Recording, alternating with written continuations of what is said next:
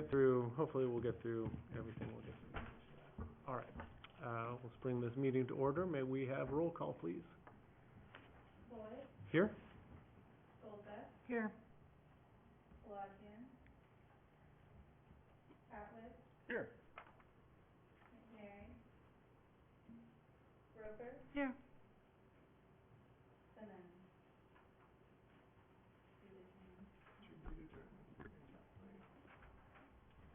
On to item number 2, approving the meeting minutes. Was there any corrections or comments to November's meeting minutes? None. Entertain a motion. I'll second. All those in favor? Aye. Any opposed? The ayes have it. On to item number 3, approving the agenda. Any desired changes to the agenda? Nope. A second? Second. All those in favor? Aye. Agenda is approved.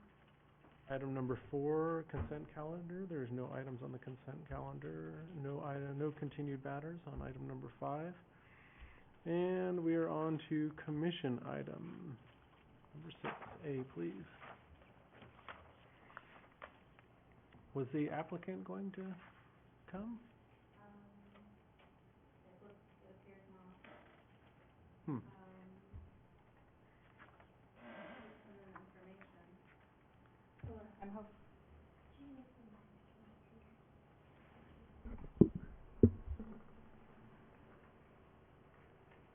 Jason, what are you doing?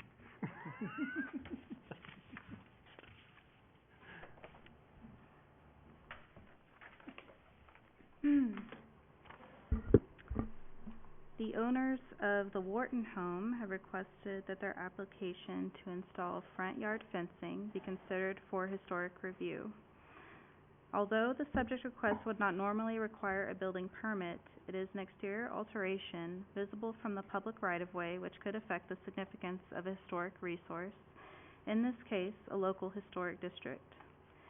Because this project proposal is or could be a substantial alteration, it requires review by the Historic Preservation Commission. Primary concerns for staff are the main elevation and its relationship to neighboring contributors in the Porter Tract Historic District, as they are the most prominent character-defining features of the historic resource.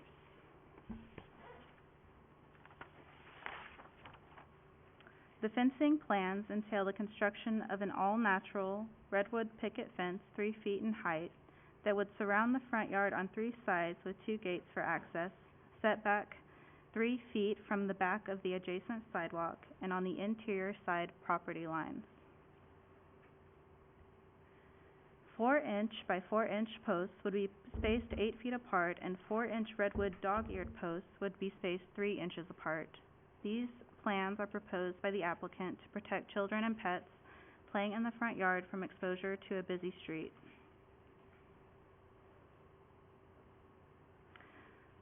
Upon initial review of the application for the Wharton home, staff finds that the fence as proposed does conform to fencing standards for single-family homes as put forth in the Development Code.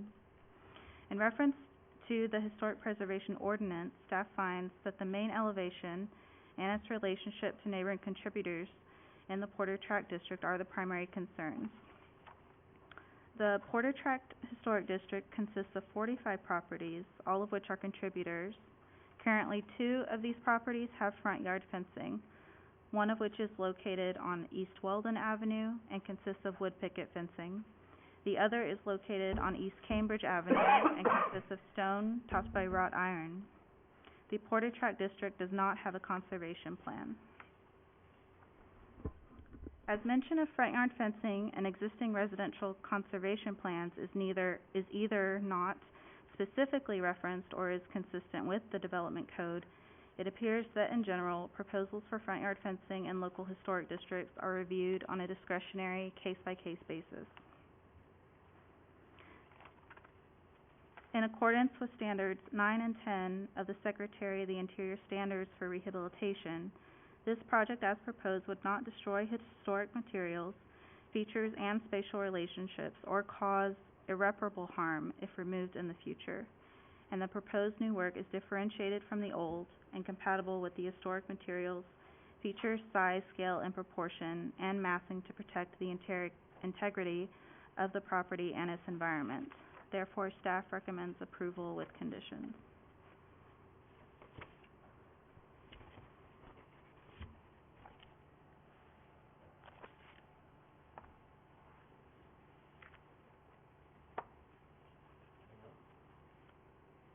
Questions for staff, commission? No questions for me. Laura, I'm curious, did they consider any other fence design? Yes, actually, we received an initial proposal from them, which included a chicken wire fencing framed by wood, which you might see commonly in gardens, but that is not permitted in the development code. So we recommended that they pursue another style of fencing with different materials. Do you know if we're gonna do any landscaping in and around it? In front of it, a 3-foot buffer. Be nice. Between the fencing and the sidewalk?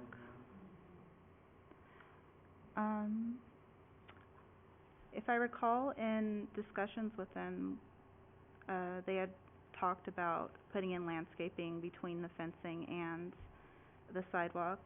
We can add that as a stipulation if you would like. Sure. I think shrubbery at least to cover 18 inches of the fence would be, Okay. Well, they're gonna have to, 'cause it's like, whenever you do a landscape project like this, you're going down a slippery slope. So they've got irrigation heads on the edge of the turf, and once you put a fence in there, and the irrigation heads spray to the inside of the turf. And then there's one on the inside that are spraying to the outside. That's how you get your coverage. You're gonna put a fence down the middle of it, and you're gonna block the irrigation spraying from top to bottom, and then the irrigation's just not gonna function. It doesn't function that way. So, I recall hearing mention of landscaping within our emails back and forth, but I'm not sure it was included in their official project proposal, but we can add that as a stipulation. yeah, I mean, it's kinda one of those things where we obviously want these people's project to succeed. And so there's these chain reaction of events. I don't know if I would make them necessarily, I don't know if they're condition worthy, but when their fence goes in, if they want their fence to succeed, they're gonna want the kind of landscape around it to succeed as well and have the whole project go together. I'm just curious that they're considering kind of all these little impacts. 3-foot setback. I love that they're doing the setback. Usually fences go right on the back of sidewalk, and it just doesn't look And right. my thinking is that probably was their intention, and they just failed to, Include it? include that in this Right. proposal. It's not necessarily a built feature. 'Cause they put up markers here, you can see where they intend to have that setback. But they're also gonna have it set back from the driveway too, right? Correct? So They this should consider that. driveway belongs to the neighbors. It's going just to the side. I believe it's just inside the property lines on the side. Yeah. The other side of that parking strip. Here. Gonna butt into that corner of the house.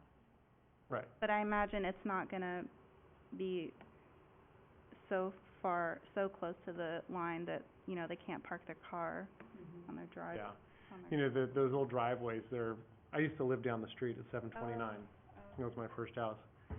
And they're so tiny with a Model A, they work fine, but once you can actually get, the wheels of a full-size car in there, but opening doors and all that stuff just does not Right. happen. It does not function well. So a decent setback on those sides will allow their neighbors and their vehicles to be able to get in their driveways. They'll be good neighbors, essentially. And they'll be able to get into, park their car and get in and out of the car without their doors hitting a fence right there. All of these homes have the luxury of just it's just turf all the way across. And so that's the traditional landscape is turf in the front yard with a little bit of foundation planting. And it allows for a lot of varied use of car parking and all that stuff. Once you start putting up fences and everything, it's a barrier. And they're gonna find themselves not stepping out onto lawn anymore, but stepping out into a planter or running their doors into fences or one thing or another. The logistics all of a sudden get very complicated. I see on the neighbor's driveway, they're gonna have a 2-foot offset, on one side on that site plan. Mm-hmm. And then there's an existing kind of border here, not a fence, but a border. And they're gonna add some flagstone for that, I think, very reason for, stepping out. So, on the left, or So the that, west side, there's that offset of 2 feet. So that 2-foot offset is actually off of their driveway. Their own. Um, And that one's and right on then, the but there property. is no, offset from, on the neighboring. That'll be challenging. So, we could also recommend a 2-foot setback on the east, along the east property line. Just on that first fence area, 'cause it looks like they're doing a fence beyond that, probably a tall 6-foot fence. Right, and I wonder if that's actually a gate area?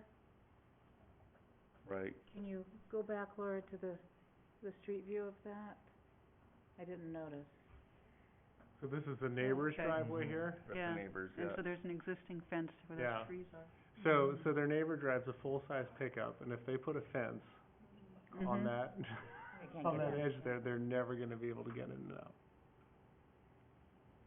I realize it's their property, but it's, But they're giving themselves that courtesy, so they, Yeah. On their own side, yeah. yeah. You know, I don't believe that it was intended that, you know, fences were going up when you had these, you know, these small lots with little driveways.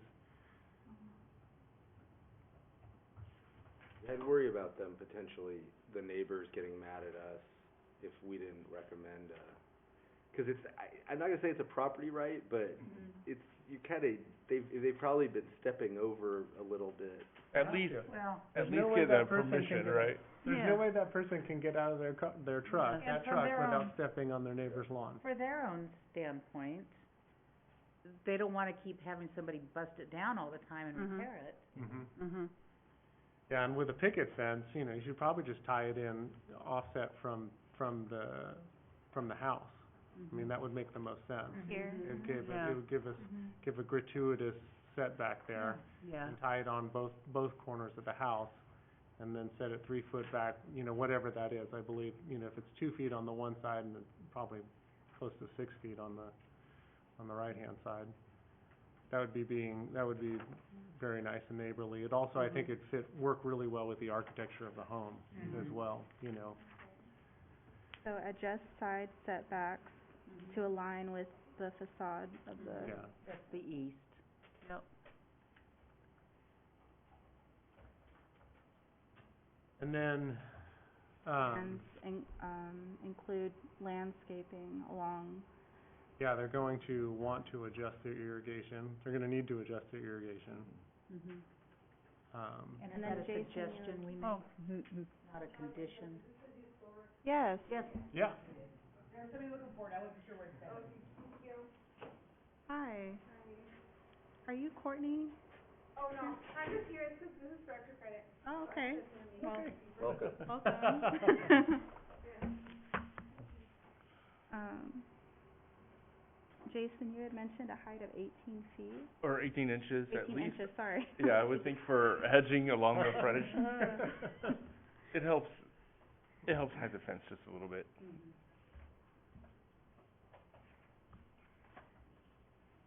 I think we recommend that pretty uniformly throughout, almost even with the church around the corner. Like offset and some A buffer. buffer, yeah. Yeah, it makes a big difference. And then, again, I don't know if we wanna make it a, you know, condition. It's a wood fence. It's almost can be viewed as something temporary, you know, 'cause it's going to rot. Things are gonna happen to it. But fencing in the landscape is such an opportunity to accentuate architecture. It's like, especially like a natural wood fence around the you mentioned some of their neighbors down a couple blocks down on Vassar, there's a Tudor home, and you had their traditional, green grass in the front yard thing, and then more recently, they put up the quintessential white picket fence.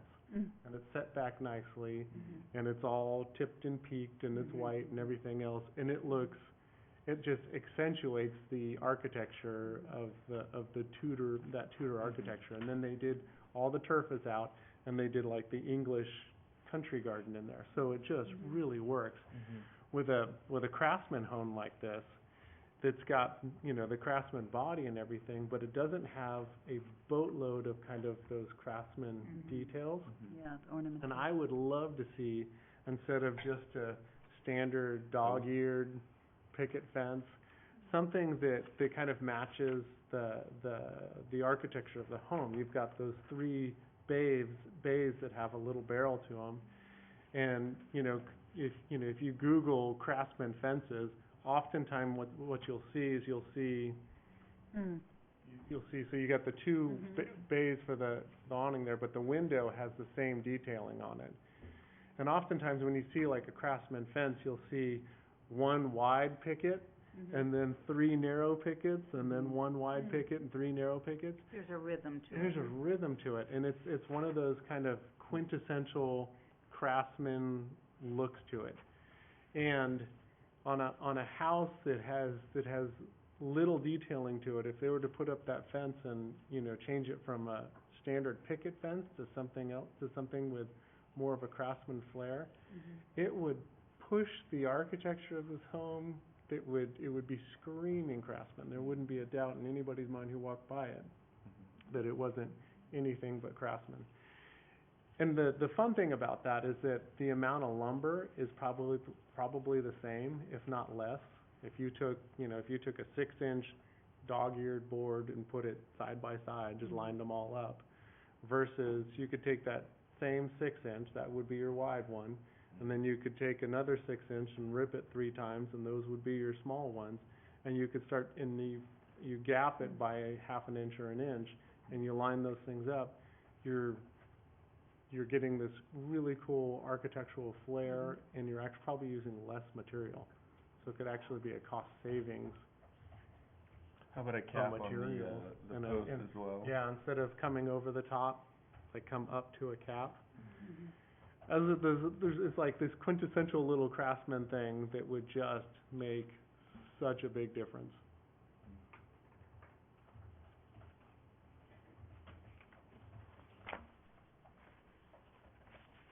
Is that proposed as a recommendation or as a? I think so. I mean, I would, Although, gosh, you get kind some free professional advice here. Yeah, Not having to pay you for exactly. consultation. Exactly. Very rarely do you get to kind of go in design and go, okay, with a little bit of tweaking here, we can actually reduce your material and give you a better outcome. If they could, I understand the desire for a fence and the reasons why, but if we just make it match up for this Craftsman architecture, I mean, it would really kind of pull out a lot of those elements from the house. Would you wanna paint it? No. No? Okay. I'd leave it wood. Thank you for the great feedback. Would the commission like to approve this with all of those conditions? Or, Do we want to make them conditions or recommendations? I think recommendations. Yeah, recommendations. I think the one recommendation about the setback is, I mean, I would do it if I was in this scenario, but, We might want to condition that one. might wanna condition that one, or at least condition that their neighbor has given them written consent or something Right, to, yeah. because that driveway is gonna be so narrow. It you could be know. they completely overlooked it. Yeah, not that a neighbor has rights to your No, but I boundary, mean, but, I bet they didn't even think about it. Well, the neighbor might have a little rights if for years they've been stepping, True. water's rights almost, yeah. kind of Well, in its current configuration, it's no, all those driveways work with the landscape in their current configuration. Yeah. It's no big deal, but we're changing the whole configuration of the front yard by adding a fence. Yeah, I think that's to make that a necessary. Yeah. 'Cause like you said, John, we might approve something and go, whoops, and all of a sudden we're I mean, if we have the approving something that's kind of making recommendation, a bad we might neighbor. be sort of protected from our standpoint, at least we're sort of alerted them to it, but I think the safest thing for everyone's liability, cities and theirs, and for the neighbor, is to at least have that be a condition in some form. And I kinda think if they did it the other way, they're inevitably gonna start doing it, and the neighbor's gonna get it. Everyone, I think, is better off having that be a condition. Yeah. Mhm. So the side setbacks as a condition, and then the landscaping and craftsman design as recommendations? Right, yeah. Landscape, irrigation, Mhm. and then, or call it planting and irrigation. And then fence design. I think the fence design might save them money too, you know, I mean, it's cutting down a couple extra boards. If they plan on doing it themselves, it saves material, I should say, I don't know if they're having somebody else install it or not, but, it's a good recommendation. It would look cool. So if they go down to 729, that's my old house, and I built a gate that has that same detail on it. Let's go look at it. Yeah, it's on Google Maps. Yeah, it would be good to provide them with a illustration. If I can get the internet to work. Mm.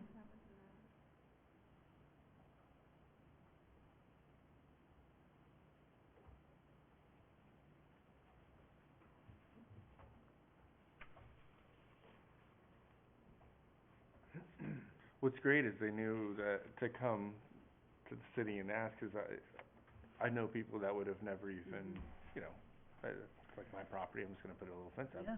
And the permit was And, you know, for the it's great. walkway too? Are they gonna redo the entry walkway? They're putting It's not the flagstone on one entry side, right? walkway, it's a The pathway just adjacent to Okay, the their side. driveway. We're putting the Okay. flagstone in. It's the mud area where we were Yeah. just talking about the neighborhood. Where they get out of their cars. Yeah.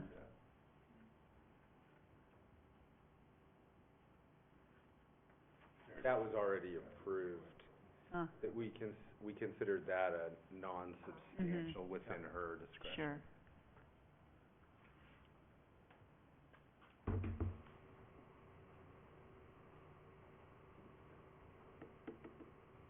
What?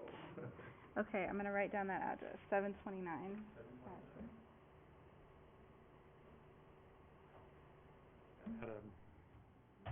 They ripped out the old driveway and put in a big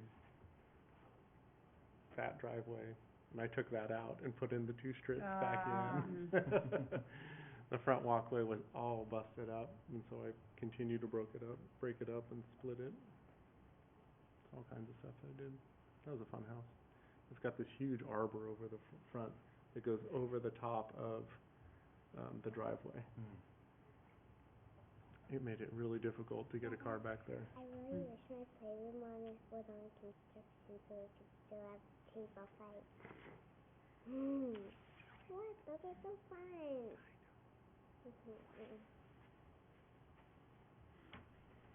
I wish my playroom was a huge, huge leak.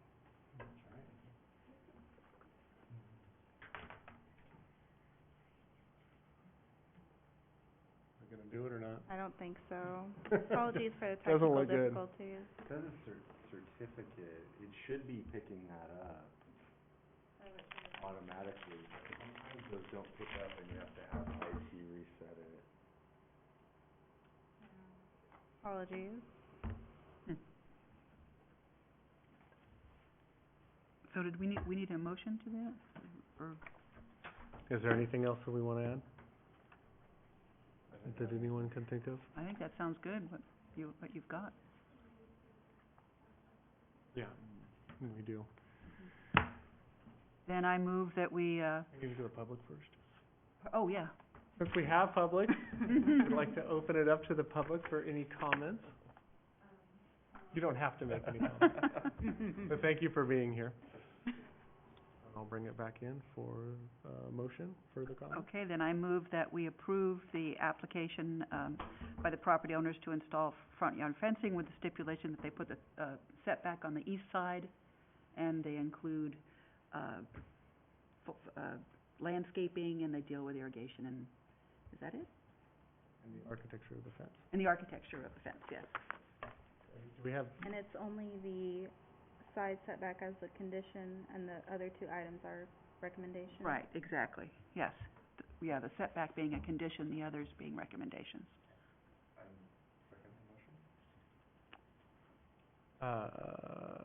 do you want,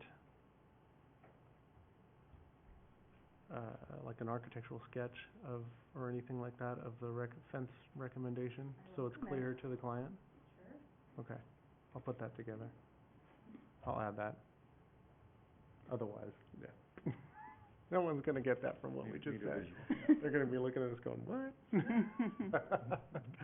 Okay, I'll get that to you. Anything else? All those in favor? Aye. Any opposed? The motion passes. All right, commission item B.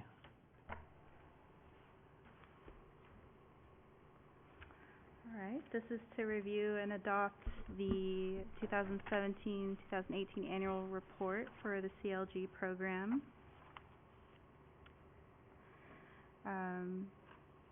I presume y'all read the 200-page Oh, yes. Yeah. report. Most of it was attachments. 202 True. pages, right? With the Something like attachments, that. yeah. Most of it, we took from previous years, information that hasn't changed. Like I said, it's mostly attachments that you're already familiar with, including the minutes and the resumes.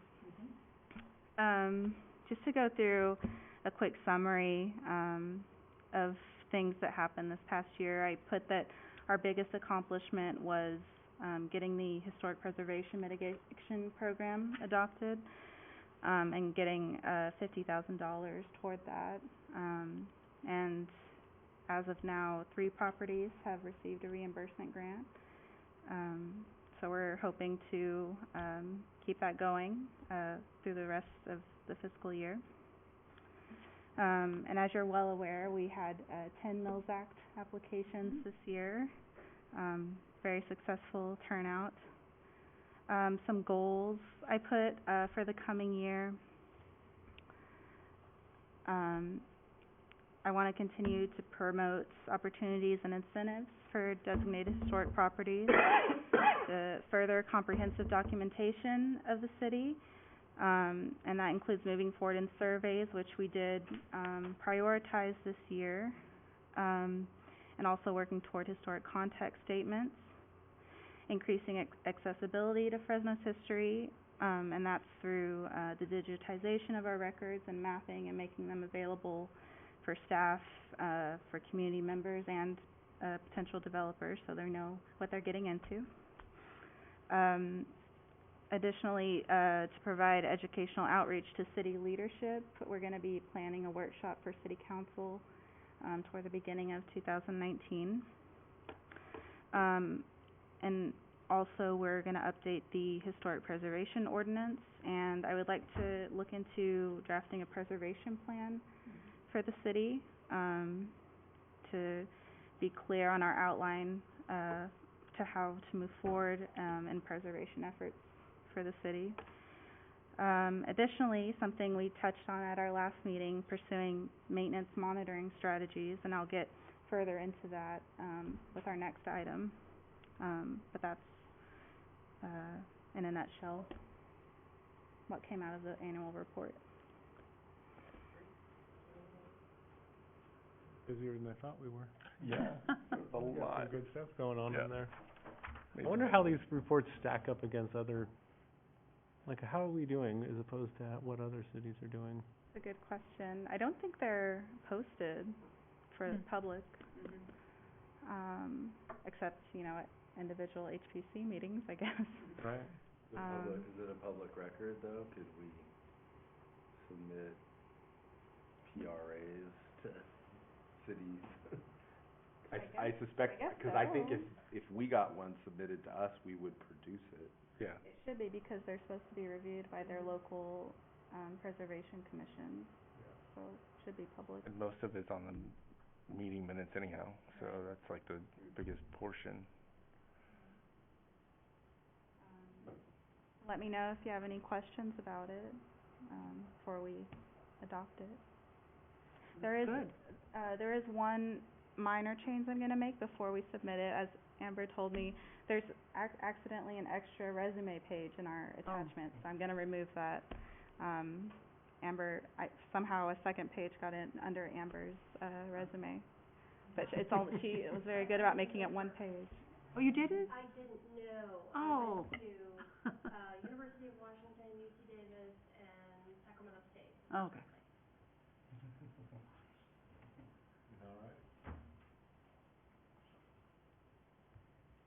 Okay. We need to make a motion on this one too, right? Yeah, review and adopt. I will, We need to ask the public? public, yeah. Are there any comments from the public? You read it too, right? Catch any typos, anything like that? She said remove the page as well, that was in there. Yeah. Good catch, good catch. And back to the commission. A motion to approve and, the annual report. Second. All those in favor? Aye. Aye. Any opposed? And the ayes have it. Report approved. Item number C, please. Letter C. Right. So, last month, we talked about,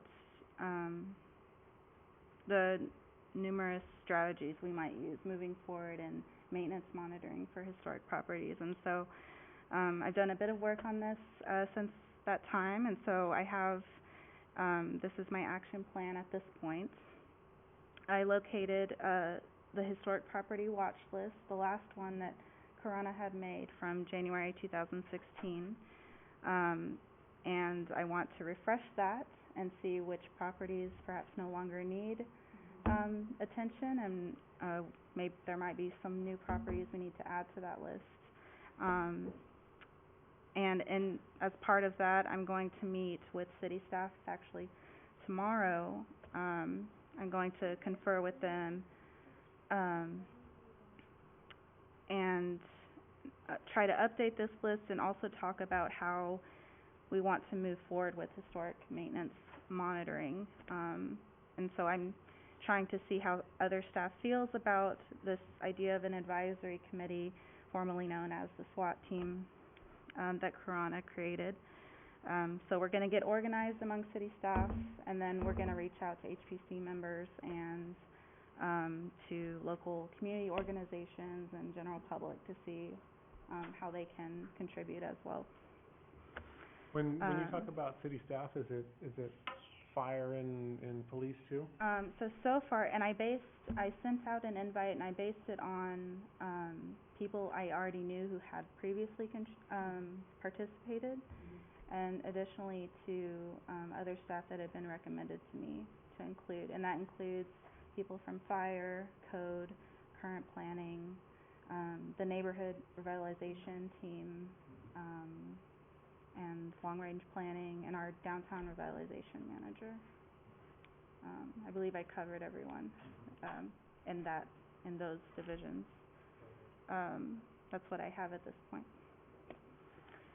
And then another aspect of this maintenance monitoring we've been talking about is the Fresco app that came up in conversation. So how can we somehow utilize it for the benefit of historic properties? And the idea that first came to mind for me is to use the historic preservation database that I'm working on finalizing right now. It's my goal to get that done by the end of this year. And I should have time now that we're getting through all of the legal obligations of the year. So my goal is to get that done, and I've had initial discussion with our GIS specialist, Michael Andrade, about whether it would be feasible to connect this data to Fresco and to, somehow, make sure that I am CC'd or copied on requests that come in. And so, in that way, the user will not have to know whether it's a historic property or not, and other staff will not have to worry about whether it's a historic property or not, but it'll automatically generate a copy of that report to me, on a, if the, report is taking place on a historic property or within a buffer zone of that property. And so far he tells me that that sounds feasible, and he's talked to, staff in our technology department, ISD, and they say it's also feasible, so I'm hopeful at this point that we can, move forward with that. And just to give you That'd be huge for folks to have that asset at their fingertips, literally, downtown. Yeah. That'd be really nice. And so whether you know or not, if it's a historic property, it's gonna get reported to me. Even better if you do, but it really shouldn't matter, 'cause if it's taking place on a historic property, it'll get copied to me, so I'll know about it. I'm kind of trying to not be, I'm trying to be careful for what I wish for as well, 'cause I know Fresco does generate a lot of reports. So, have to figure out how to manage that as well. Well, even if it's overkill and you can customize the information a little bit, you could tone it down. But, I mean, maybe we think it's bad, and then people actually start using it, and it's a lot worse than we actually perceived it to be. And now we have essentially a body of proof to show whoever needs to see this stuff that... 'Cause right now, I'm basically blind out there. I'm dependent upon people in good faith, like, coming to me and telling me, or if I happen to, or someone happens to drive by and tells me. So this way I'll know. I wanted to show this to you all. This is that watch list I was talking about from 2016. And I already know that we can take some of these properties off the list. There's success stories such as the Cowdrey home. I mean, that was a Mills Act property this year. PG&E building. There was one on 1225 Divisadero, which has been rehabilitated somewhere on here. The Craycroft home, that's en route to being restored. Hotel Fresno, they have till the end of the year to demonstrate financing. So we should know pretty soon. The trolley cars, those, we've given attention to those. They're, I believe, in the process of being, put into receivership or, taken by the city attorney's office. But yeah, and, there might be some that we need to add to this list as well. I'll be discussing this tomorrow with city staff, and so, if there are, any immediate properties that pop out to you that need special attention, let me know and I'll bring them up, tomorrow as well. I suppose the other thing we should consider is how, if there's a process in which homes get on the list or properties get on the list. I mean, how do you know that people aren't living in a home? Are they supposed to file a vacancy, Isn't the city have a vacancy map? I'm not sure though, certain. Sounds like something Dan would know. Yeah. 'Cause if they just, I can imagine if they just left a home, they're probably not great on paperwork either. I just left it, but I've done all the paperwork for it, that's not gonna happen. So, in addition, I'm sure there's a proper way to go through the city in which it can be like if you're not, when you board up a home, I know there's a permit for that. for it to be done correctly, and that would make sense to trigger Mm-hmm. putting that house on, or that residence, on this list. A mothball list. Yeah, but I'm sure that there's, just the local, community members that, just talking to them, have an opportunity of those people to plug in addresses that are, vacant.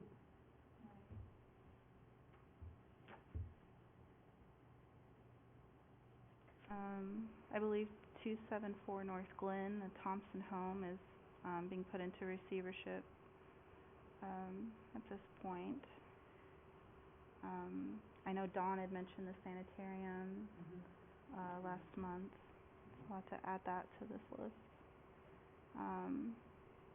But in any case, I'll keep you in the loop with how it's going. Great. Excellent. And to just give you a little teaser, this is what our draft historic preservation database is looking like. The left is zoomed out to city limits, and then on the right is zoomed in to where our concentration of historic properties are in downtown. Immediate surround.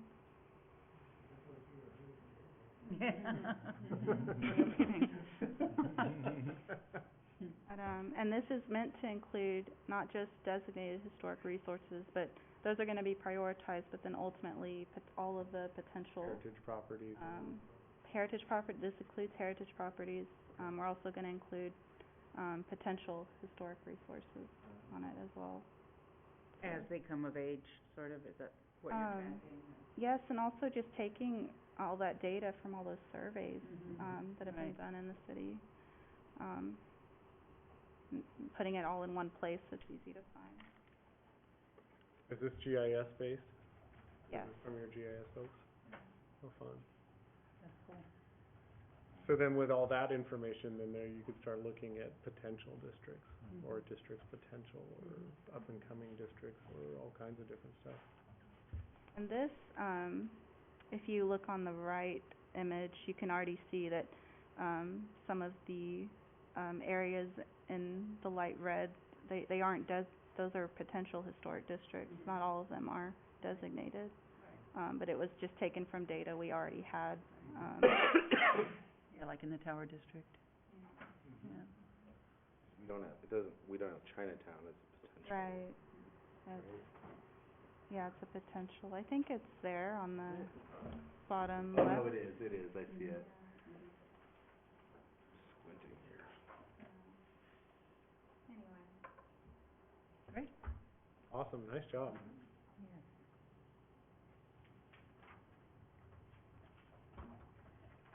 Cool. That's great. Any other questions for staff? Comments?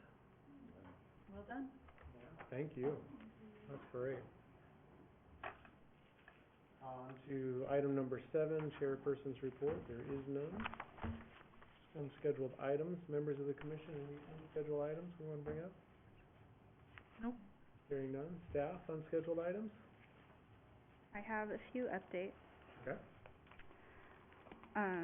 So staff has been working, or meeting further about the demolition permit application that was put forward for the Vartanian home on F Street.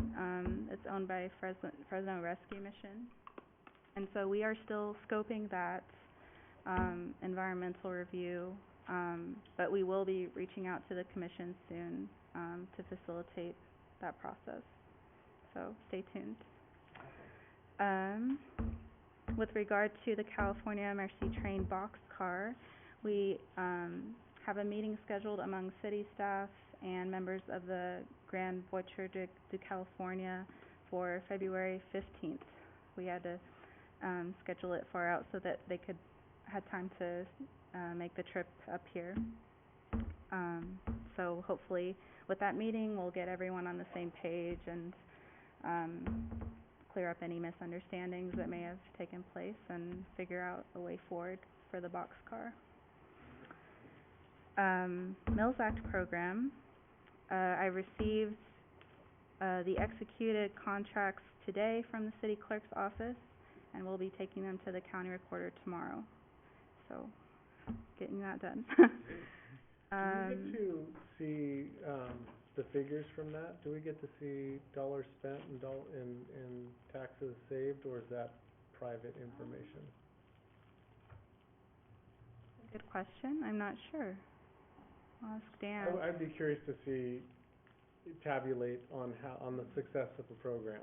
You know, Sure. these are the amount of improvements that homeowners have done, and this is the amount of savings that they received. Even if it's a lump sum. I agree that information would be valuable to know and to share to promote the program. So I'll talk with Dan to see how we can get that information shared. Kind of follow-up reporting, you know, I mean, if they're on track with their progress every year or not. I would assume that could be part of Yeah, I guess so. Yeah, it would. the whole thing, you know. 'Cause, this year, as part of the application packet, I did request, a copy of the property tax bill, their most recent bill. That was really to facilitate the review process for us, but that could be, if you would like, could be something we can consider, and even monitoring within that 10-year period for property owners. It'd also just be fun as like a historic preservation marketing campaign. X amount of dollars were spent to revitalize historic buildings, and X amount of tax dollars were saved by individuals doing said work. And just a kind of a blanket statement to just, you know, lump them all together so the number seems really big. No, it's a good But idea. as we get more people on there and the projects stack up, then, Right. you know, start Like making this year, we a difference. saved this much, people this much money. Exactly, you know, and, you know, people can, if they see that, then they can get on board with that, and they can be part of that movement, really. It's a good idea. And also, on that note, we didn't have brochures for the program this year. I'm currently working with our, the services aide in our team. She's a graphic specialist, and she's working on some brochures for us for our economic incentive program. So, also trying to expand our marketing that way as well. My next update, well, actually could be more of a discussion item regarding Historic Preservation Week. I know, Jason, you mentioned might be fun to start talking about it. Yeah. Now, I did reach out to the Fresno Historical Society, and they're gonna have their Centennial Gala actually in April. That's gonna be Saturday, April 6th. So it's kind of leading toward Historic Preservation Month, but not actually in it. Wilson Island is having a centennial event, one of the last 2 weekends of May. It'll probably be, Saturday, May 18th, so. Yeah. In Dan's neighborhood, right? Yes. And then Chris Rocha reached out to me. He'll be doing the Lowell Historic Home Tour in May for Historic Preservation Month. So just another event to keep in mind. I'm definitely open to ideas y'all may have. I definitely want to make sure I advertise these other events going on for Historic Preservation Month. I thought maybe a trivia night might be fun. I know the Fresno Historical Society would host it once a month this past year at a local brewery. But other than that, I'm open to ideas if you have them. Yeah.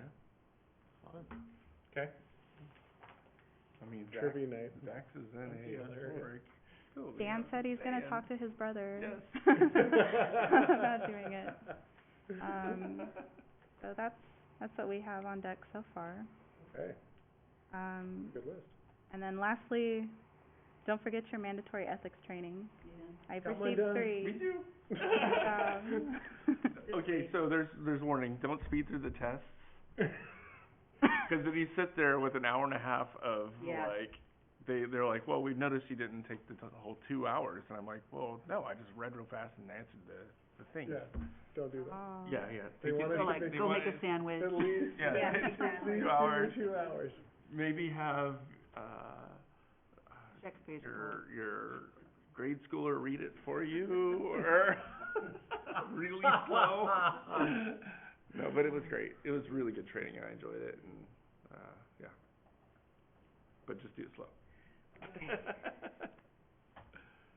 That's all I have. I swore I was the last one out of all of you to do that. I swore I was. I was like, oh, man. I'm doing my I'm sexual getting harassment busted. training for Fresno State. Oh, okay. Oh, that's important too. And my supervisor training.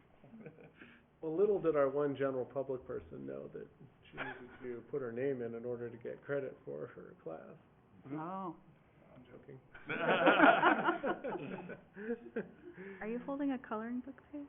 I am. Okay. I got artwork. Oh. Nice. We have art going on in backstage. So no comments from the general public? That ends this meeting. Our next meeting is January 28th. Everyone have a happy Okay. holiday. Yeah, likewise. We will see you in the new year. Laura, I will